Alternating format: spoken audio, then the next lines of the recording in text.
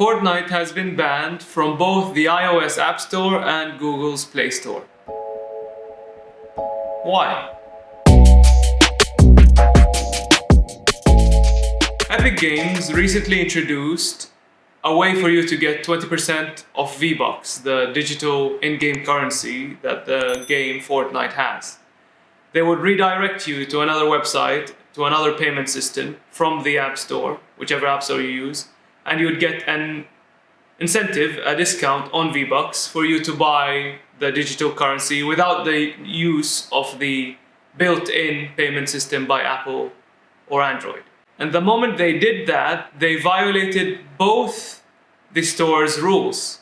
Both Apple and Google take a 30% cut of that money generated. The view of Epic Games was, sure, tech companies, both Apple and Google, provide a platform for you to reach as many people as possible, but surely at a point you become so popular that you don't need that platform anymore. And they were trying to negotiate a deal that makes that 30% cut smaller for them to be able to provide customers with a fairer price, a lower price, and also to cut their costs and increase their profits because they're a business in the end. But there is a major difference between the ban in iOS and the ban in Android. And here's why. In the iOS side of things, for you to be able to download an app, the only way you can do it without jailbreaking is through the App Store.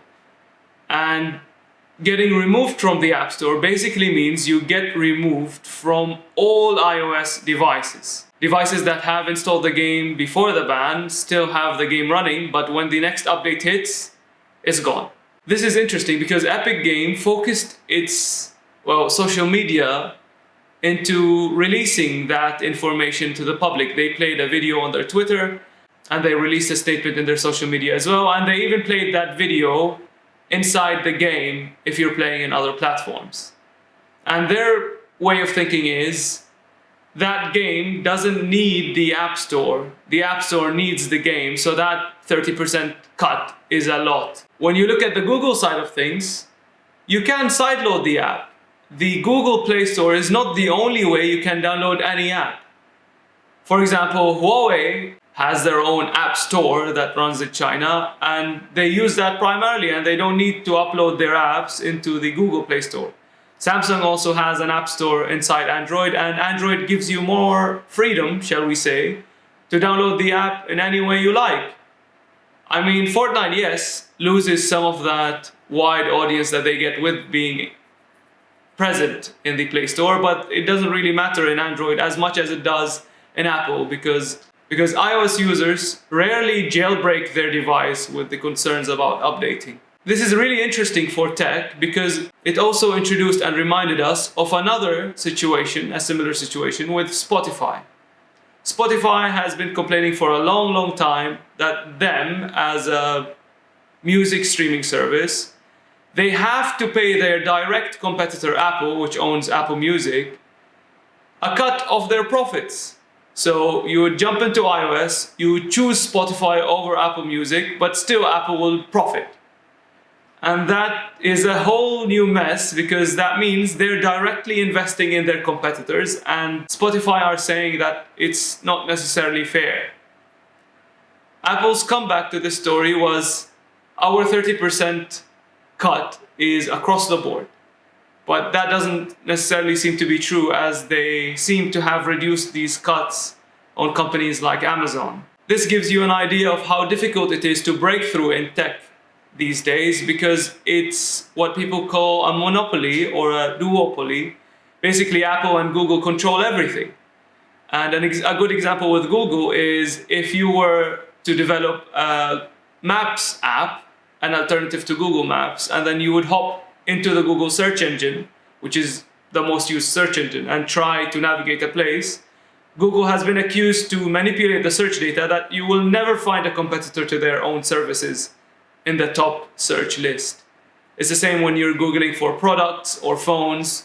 They manipulate what shows up and what doesn't. And with regards to Apple, they just introduced Apple Arcade, which is their service for games. So now if you opt in to Google Arcade, they will show you in search and in the App Store the moment you open it. But if you don't, they can easily bury you alive and you will never get discovered.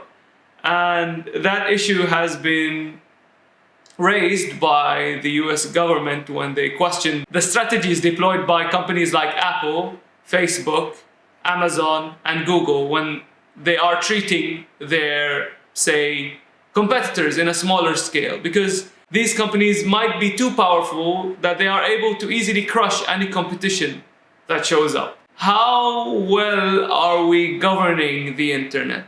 Is there a need for an outside party to decide how much power these major companies have?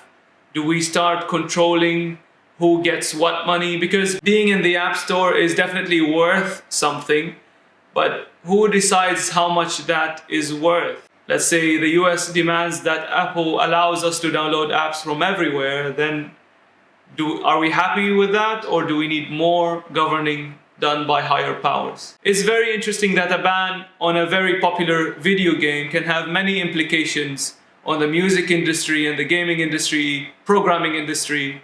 I'm definitely gonna keep an eye out for what happens next.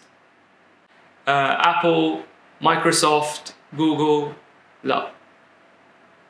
Apple, Google, Amazon, أربعة. Apple, Google, Amazon, وفيسبوك. Okay.